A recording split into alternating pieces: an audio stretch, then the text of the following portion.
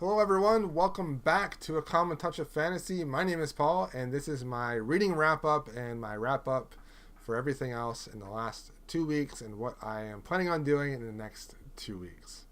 So, first, though, let's look at what the TBR shelves look like. So, this was my original TBR shelf.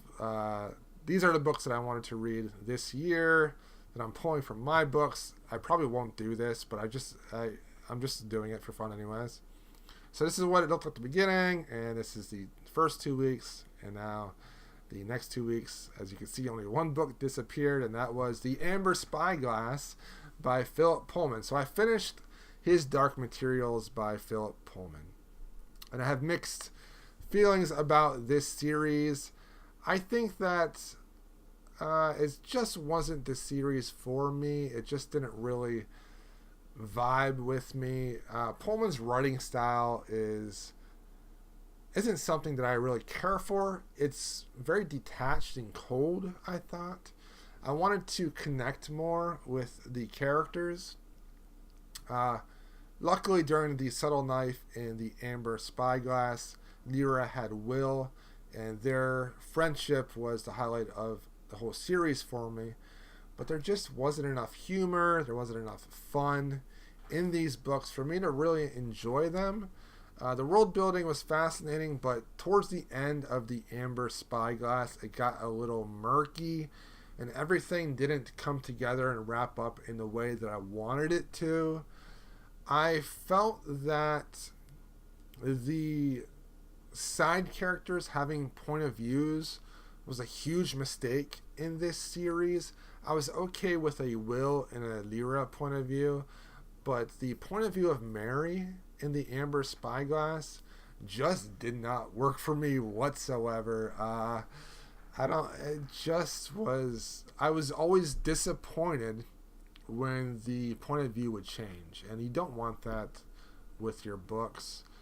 I would recommend this series to people that like world building. I wouldn't recommend this series to people that like fun young adult or middle grade books. I just didn't have a good time reading these, but I'm happy I did. The Amber Spyglass, I give between like a 3 and a 3.5. It is probably my favorite book of this series, but it wasn't something I would ever reread. And I am not going to read the new book that he made a few years ago or last year. The other book I read was Girl Wash Your Face by Rachel Hollis. I listened to this on audiobook, and this is a memoir / self-help book. And she goes through her life, but she also gives advice of how she overcame things in her life. And I thought this was an interesting way to make a memoir, and I believe that this is a pretty popular way to make memoirs right now, is to make them pretty much self-help as well. So you're appealing to two markets, and then that just means more sales. So what I didn't realize reading this before was that Rachel Hollis is actually a Christian, and she has a very progressive form of Christianity in this book. I didn't know that whatsoever before I read this. So in that regards, there are instances where her and I actually connect, and I understand where she's coming from because some of our background is very similar. In fact, our parents do the same exact thing basically. And I thought this was a good read, a good listen to. However, if you're not religious, I probably would not recommend this to you because a lot of the ways that she is overcoming things or the way that she thinks about life is through the lens of Christianity. And so I don't know if anyone would actually enjoy that regards of this book if they're not Christians themselves. But I think if you like memoirs and you like self-help, I think you might enjoy this. It's definitely for women around the ages of 18 to 25. It's probably the best for that demographic. So, I only finished 2 books. One from my TBR shelf, one audiobook from the library. 520 pages of actual book reading. And, 300 pages of unfinished books. So I'll talk about those in a second. I'm up to 4 out of 104 out of the books from my bookshelf there. Okay, this coming week I want to read Good Omens by Terry Pratchett and Neil Gaiman. This I tried on the audiobook. I listened to almost 4 hours worth on the audiobook, and it just wasn't working for me on audiobook. So I'm going to try the physical book. Hopefully I'll like it more on the physical side. I'm also going to listen to, this is on audiobook, Grit, The Power of Passion and Perseverance by Angela Duckworth. A lot of people quote this book and talk about this book that are doing podcasts and that are doing self-help books today. So I'm going to give that a try. I'm also going to be finishing up The Productivity Project by Chris Bailey. I've liked this quite a bit. I only have 100 pages left. One of the big things that I'm doing from this is keeping track of my energy levels for 3 whole weeks to find out when I have the highest level of energy and putting my most important task during those times. I think what I'm taking away from this the most is that experimenting with your life, trying new things is fun and exciting. And I've been doing that for the last 6 months. And it's just nice to read a book reaffirming what I've been doing. And I'm looking forward to reading more of that. Probably finishing that tonight, hopefully. My book club for the library is reading Faithful by Alice Hoffman. This is like a contemporary book. I don't know. I'm going to try to finish this for Thursday and go to the book club. It's pretty short. It's only 250 pages. Hopefully I'll enjoy that. I'm hopefully going to be reading Malice by John Gwynne some more. I'm about 120 pages in. I'm enjoying it, but I'm not really connecting to the characters all that much yet, other than Corbin.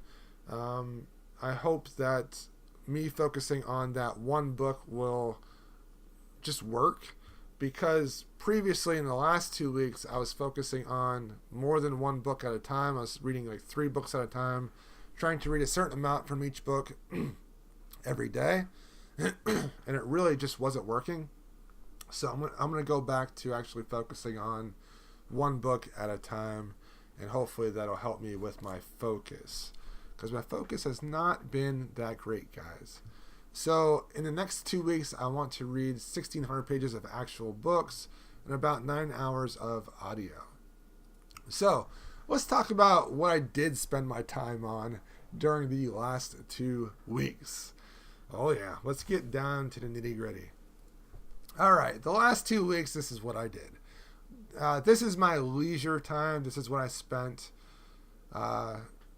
during my leisure time in the last 2 weeks. I read for 18 hours. This needs to be higher. It's only 17.5% amount of my leisure time. I watched 22 movies. No, I'm sorry. I watched 11 movies, which is 22 hours of movies. I had a movie day on last Saturday and one yesterday as well, and I watched 11 movies altogether. And I enjoyed Crazy Rich Asians, 12 Strong, Mission Impossible, Fallout, Ant-Man and Wasp, Creed, The Death Cure, the last movie in the Maze Runner series. I like those movies. Deadpool 2, the newest Jurassic Park movie I watched, and Spider-Man Into the Spider-Verse. 2 of the movies I did not care for, and that was Venom. I didn't really like that all that much. It was okay. And Assassin's Creed. That was terrible. Assassin's Creed was terrible. Okay. Anyways, television, I've been rewatching Buffy, and been watching that most of the time when I eat supper. And that 11 hours is Buffy time and watching football with my family. Computer time, 13 hours in the last 2 weeks, which isn't that bad. I'm averaging about an hour a day on the computer. And of that hour, 13 minutes of it, or about 22% of it, is on YouTube. So that's the largest chunk of my computer time is YouTube. And Twitter's only 5 minutes a day, which is pretty good. I definitely broke my Twitter habit, so that's good. So that's okay. I can live with an hour on the computer a day because I am, doing a lot of different things. And, if I'm making videos on YouTube, I have to be on YouTube some, right? iPhone usage, 13 hours in the last 2 weeks, which is not good for me. Yes, I use this all the time when I'm doing other things. However, my Instagram usage is an hour, almost an hour and a half for the whole week, for a week. So that's probably about 3 hours for the last 2 weeks. So, I'm averaging almost an hour and a half a week on Instagram, which is quite a bit. I think if I'm averaging an hour and 12 minutes a day on my phone, and I'm averaging an hour and a half on Instagram a week, it seems like a lot on Instagram. So I'm actually going to uninstall Instagram after I put pictures up of the books I've read, and only install it for 2 weeks from now when I put the pictures of the next books up. Voxer, I've been using that a lot. I use that about an hour for the last 2 weeks. And MyFitnessPal, I started using that, but that takes up a ton of time. So I need to either make meals on that I can just add really quick, or not use it, because like an hour of my time the last 2 weeks has been me putting in meals into MyFitnessPal. So I mostly with the phone usage, I want to use my Instagram less. So that's why I'm uninstalling it and then reinstalling it in 2 weeks. Exercising, 15 hours. I need to upgrade that a little bit. I think going places about 11 hours. And those are rough numbers of what I spent my time on the last 2 weeks. Hopefully in the next 2 weeks, I can lower the amount of time that I'm spent watching things and increase the amount of time that I'm reading. So next week goals, we have read more. Let me put a background on there real quick. There we go. Read more.